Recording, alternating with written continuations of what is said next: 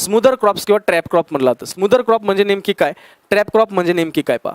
आता हे जे स्मूदर क्रॉप जे असेल पहा, या स्मूदर क्रॉपमध्ये आपल्याला लक्ष व्यवस्थित द्यायचं लक्ष, कारण का याच्यामध्ये कळत नाही नेमकी. आपण कव्हर क्रॉप्स पण पाहिले, त्याचप्रमाणे हे स्मूदर क्रॉप आहे पहा. आता याच्यामध्ये होतं काय,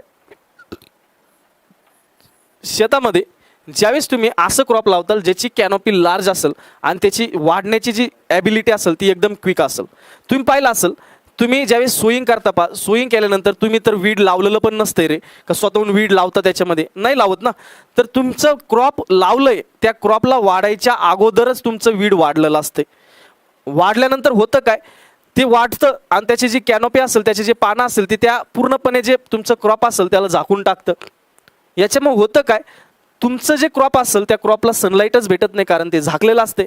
सनलाईट नाही भेटली म्हणजे फोटोसिंथेसिस होणार नाही, म्हणजेच अन्न तयार होणार नाही. तुमच्या क्रॉपची ग्रोथ थांबलेली असते, तुमच्या क्रॉपची ग्रोथ थांबलेली असते. दुसरं, जमिनीमध्ये हे क्रॉप वाढत जाते तर जमिनीमध्ये कॉम्पिटिशन वाढते, न्यूट्रिएंट ॲब्सॉर्ब करते, न्यूट्रिएंट ॲब्सॉर्ब करून घेतं. कारण का, क्विक ॲबिलिटी त्याची, लवकरात लवकर वाढ करायची ॲबिलिटी आहे. आणि लार्ज कॅनोपी म्हणजे त्याचे जे पानं असतील ते पूर्णपणे झाकून घेतात. असं आपल्याला दिसलं असेल शेतामध्ये, बरोबर, असं दिसलं असेल.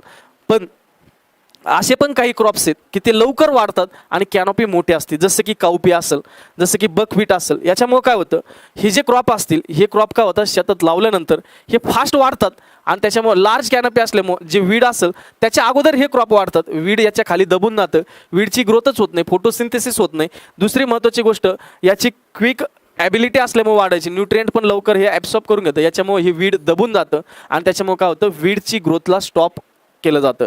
असे क्रॉपला काय म्हणणारे, स्मूदर क्रॉप म्हणणारे. अशा क्रॉपला काय